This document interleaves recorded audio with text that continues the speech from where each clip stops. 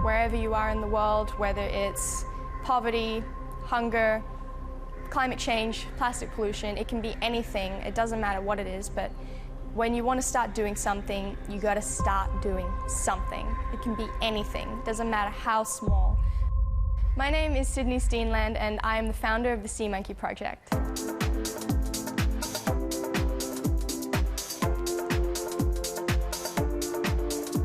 The Sea Monkey Project is a social enterprise focused on plastic pollution solutions and education. The Sea Monkey Project started with just my brother and I making silly little YouTube videos. We made a video about dinosaurs once, and now we're a social enterprise with reach to dozens of countries around the world. Back in 2011, my family and I moved onto a boat for the first time due to financial issues. We got the name because the name of our boat is the Sea Monkey.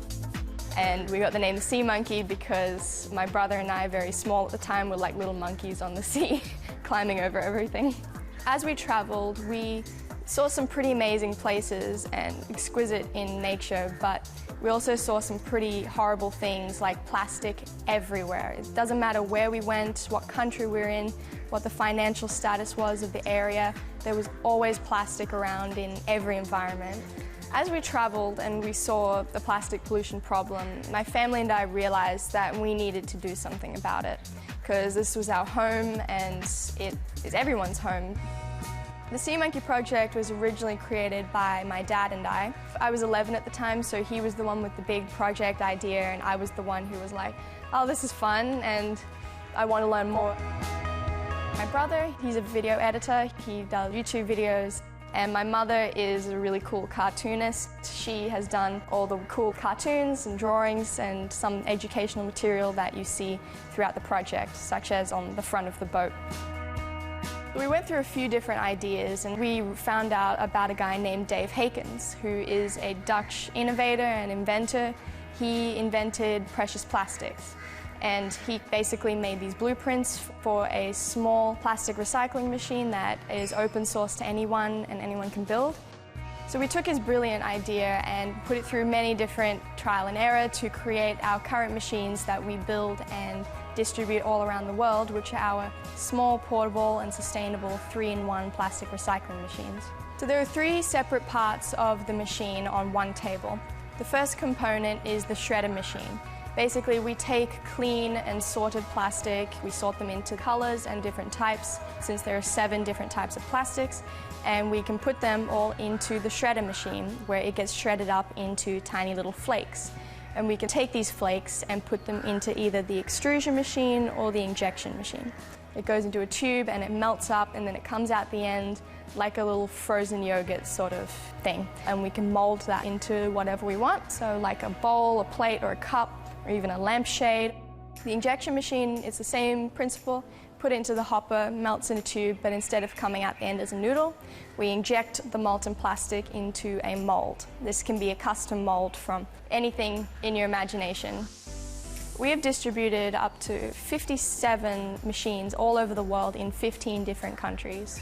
When plastic ends up in the ocean and it has constant contact with nature's elements, it breaks up into tiny little microscopic pieces.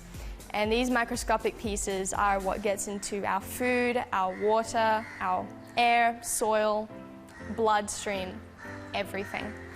And this is what causes so many different health problems around the world in every aspect. It's eventually killing us. We really need to start thinking about refocusing where that money goes and actually how that money is made. There's enough resources already available that we should be able to seriously change our habits and change the effects that we're having on the earth. We have about 25 or 26 machines scattered throughout Malaysia, and they do their own work, but we also work to send them projects. We provide employment opportunities to marginalised communities. We work with refugees who do a lot of our manufacturing or do most of it. We try and distribute the work all around to provide education, and if we can provide education and employment, we are gradually going to increase the level of awareness and hopefully the cleanliness of these areas. At the end of everything we do, we make sure that we tell people why plastic pollution is such a problem. We do this in the form of workshops. I teach our plastic education comic book. We also do machine workshops where we take people through the process of recycling and get them to make their very own recycled plastic product. And I also do talks, so I can talk to people of any age, anywhere in the world about the plastic pollution problem and get them inspired to make a difference. I think the young people shouldn't lose heart. The only thing they need to realise is they've got to do something. Just start.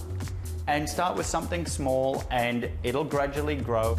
I believe that the Earth is in a pretty bad state at the moment in every way.